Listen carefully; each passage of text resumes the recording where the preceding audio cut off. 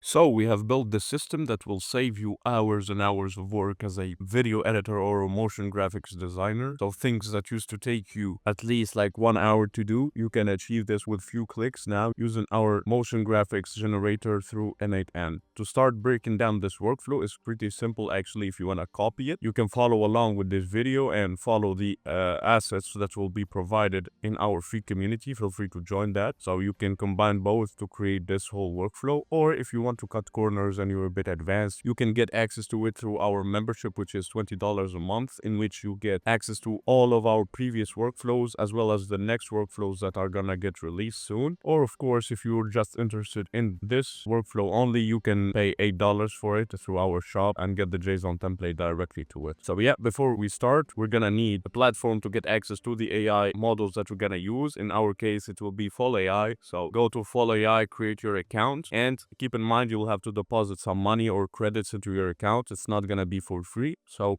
to do that, you'll just create your account and then go deposit money. After you have done that, just go to manage here, click on API keys, and you'll have to click on add key, generate your API key that we're gonna use later on. So yeah, going back here, as you can see, we have two main parts, the input part and the generation part. For the input part, we have used a on-form submission node in which we gave it a couple of elements to provide more instructions or information about the motion graphic we want to generate. So we have the prompt here or the idea.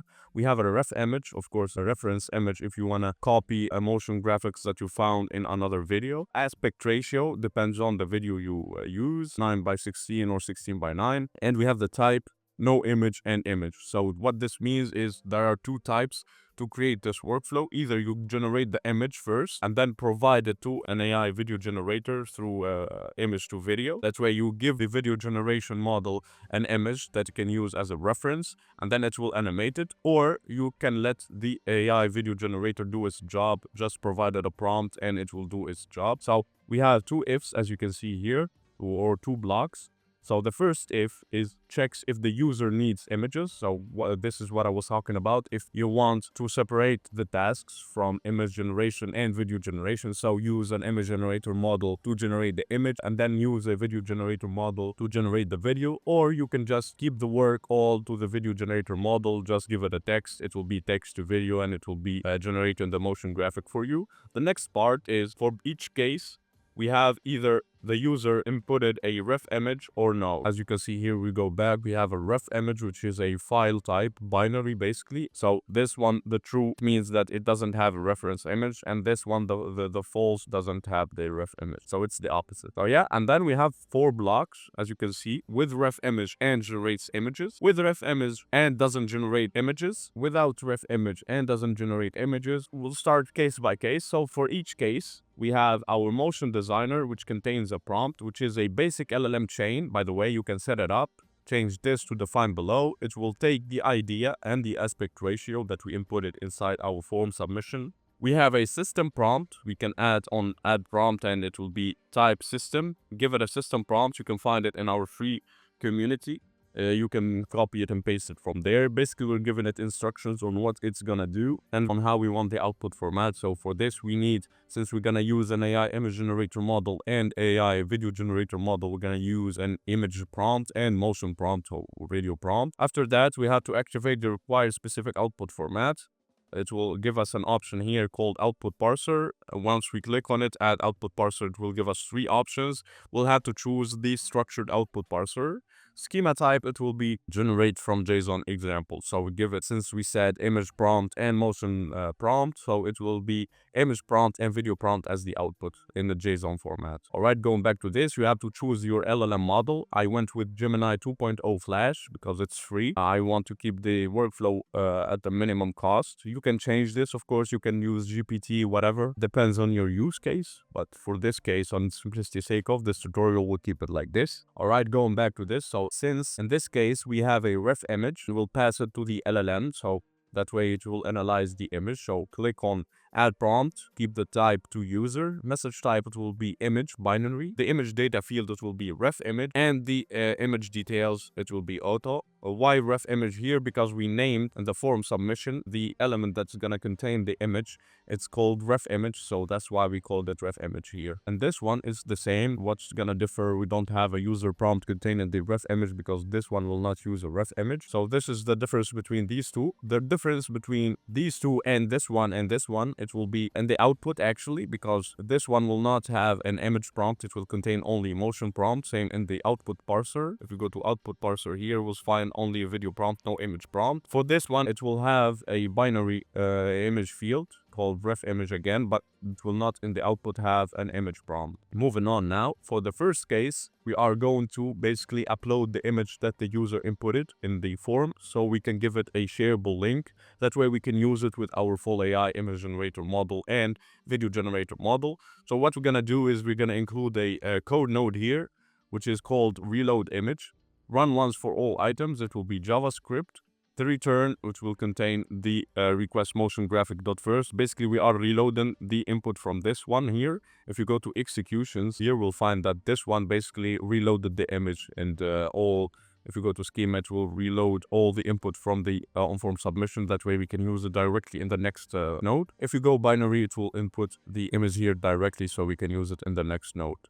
If we go back to the editor here, this one is gonna create a binary data field called ref image, and we're gonna use it here in the drive node. So we use drive here to create shareable links. You can use whatever you want, but I went with a drive to have a public link. So include your credentials to drive, the resource, keep it to file, operation upload, input data field name, it will be ref image. Same as the output of this one here, the binary field is ref image. We give it a file name, so if you go back to executions one more time, we'll see that in this one here, we'll have in the schema, the ref image will contain a file name, so we drag it and drop it inside file name there.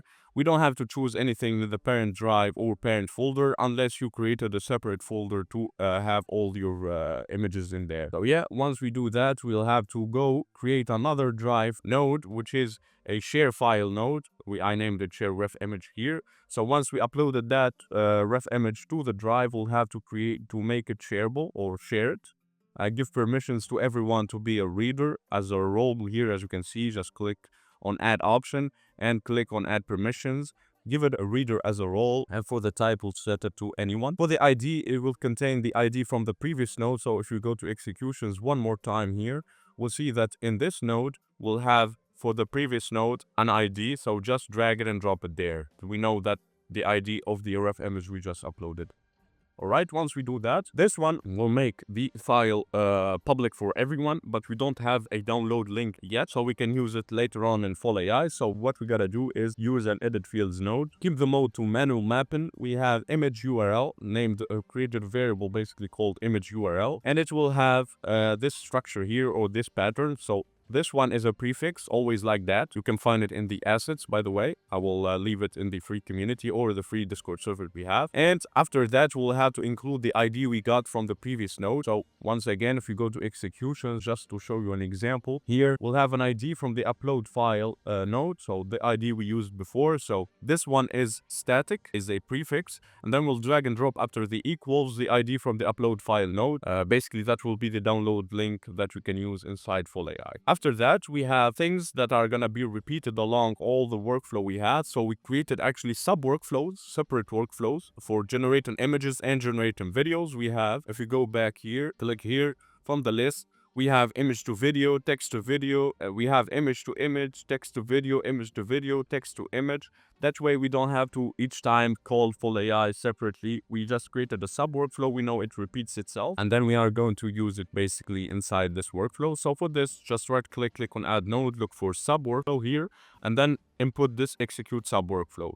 Once you do, you'll have to select the workflow you want to execute. So select from the list. For this case, we have a ref image, and we are going to generate an image as a starting point for the video. So we need to generate an image from based on image to image. So we're gonna give it the prompt that the motion designer outputted.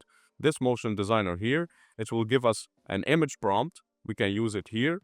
Image prompt and a ref image. The ref image URL, basically the download link we got from Drive. So this variable here, the image URL, so we'll have to include it there and then let it be. So if we go here to take a look at the workflow we just used here, you will find it's a simple workflow for full AI. I have done it before in previous videos. I advise you to go watch that. So what this one will do, just we transformed it into a sub workflow. Just add node, look for sub workflow again. Open this under triggers. It will be when executed by a workflow. You'll just set your variables that you want your workflow to be called with. We have prompt and we have ref image. They're both string. So this one will contain the URL and this one will contain the prompt generated by the motion designer. After that, in full AI, it's always the same structure. We initiate the call to the AI model. We wait for it. We get the status. The status will output 3 possible outcomes: completed, in progress, or in queue. If it's in progress or in queue, it will wait again. If it's completed, we're gonna call an HTTP request again using the response URL we got from the previous generate image node here. And then we use the authentication we just got from full AI. This one will give us the image. And after that, we take that image, put it in a variable to return it to the previous workflow we executed from.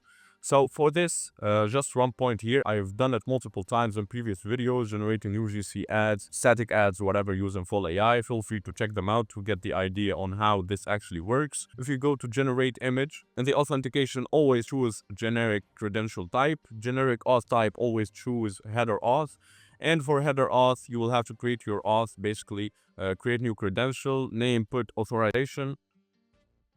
For the value, it will be expression here, input key with a uppercase K, and then space. After that, paste in the API key you generated using full AI. All right, I will not do that. I have already done that before.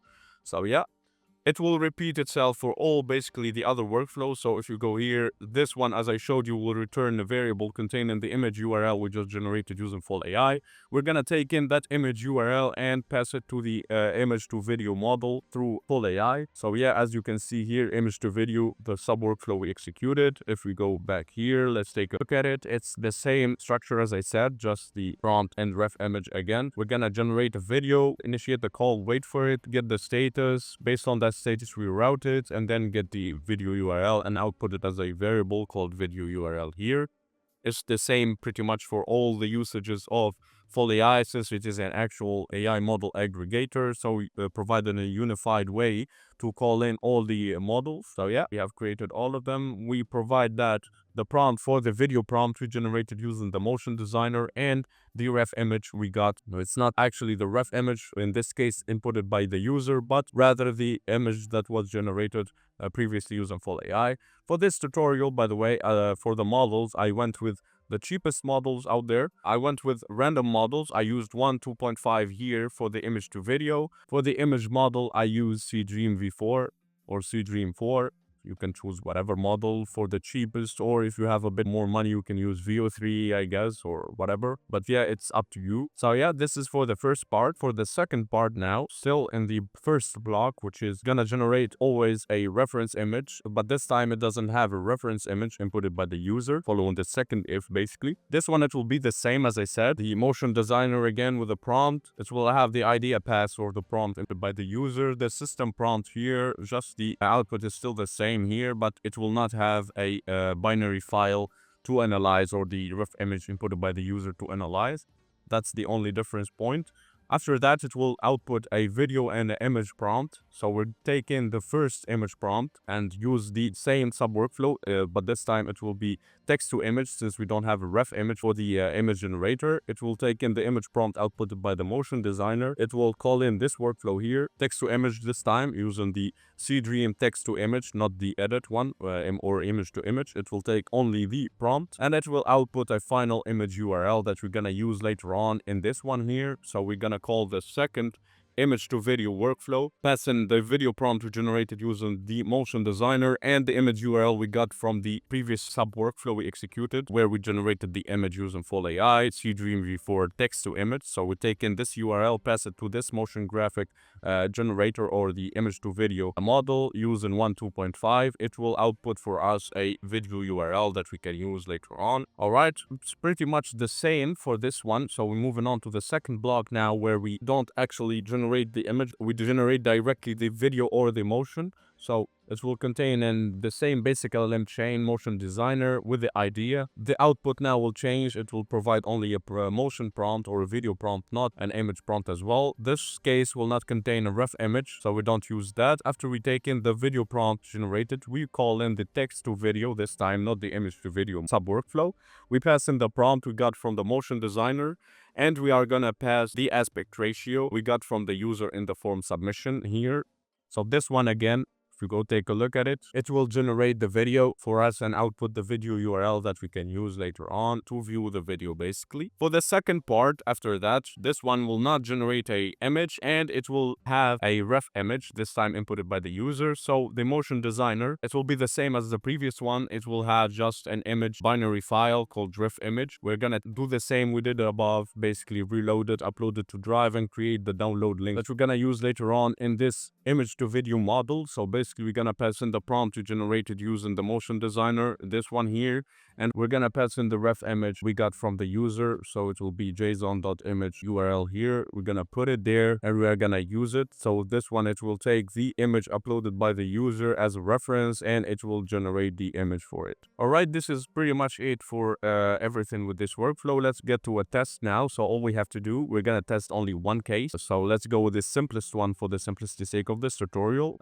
We go here, we're gonna test this. We're not gonna include a reference image and we're not gonna generate an image. So we just pretty much believe this one is the best when used correctly with the right prompt. So if we go execute workflow here, put prompt there.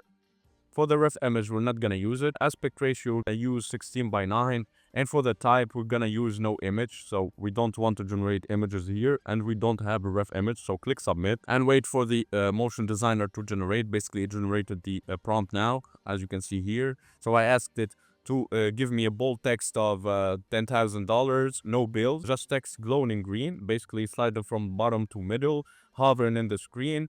Background is smokes and in the dark plain background. So it took that idea, generated a more professional prompt out of it, and it's passing it to the execute sub workflow here, basically generating the text to video using text, and we'll see the output of it. All right, as you can see now, our workflow has finished executing. So let's take a look at the output.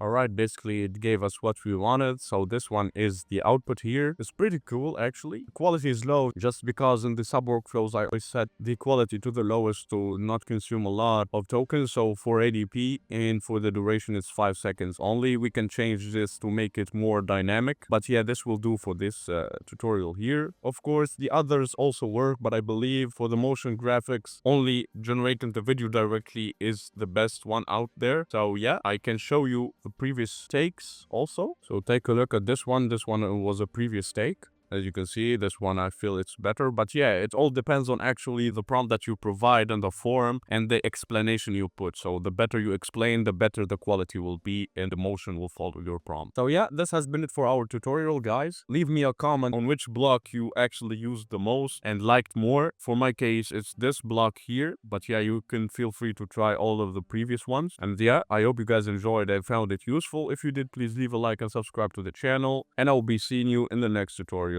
Goodbye.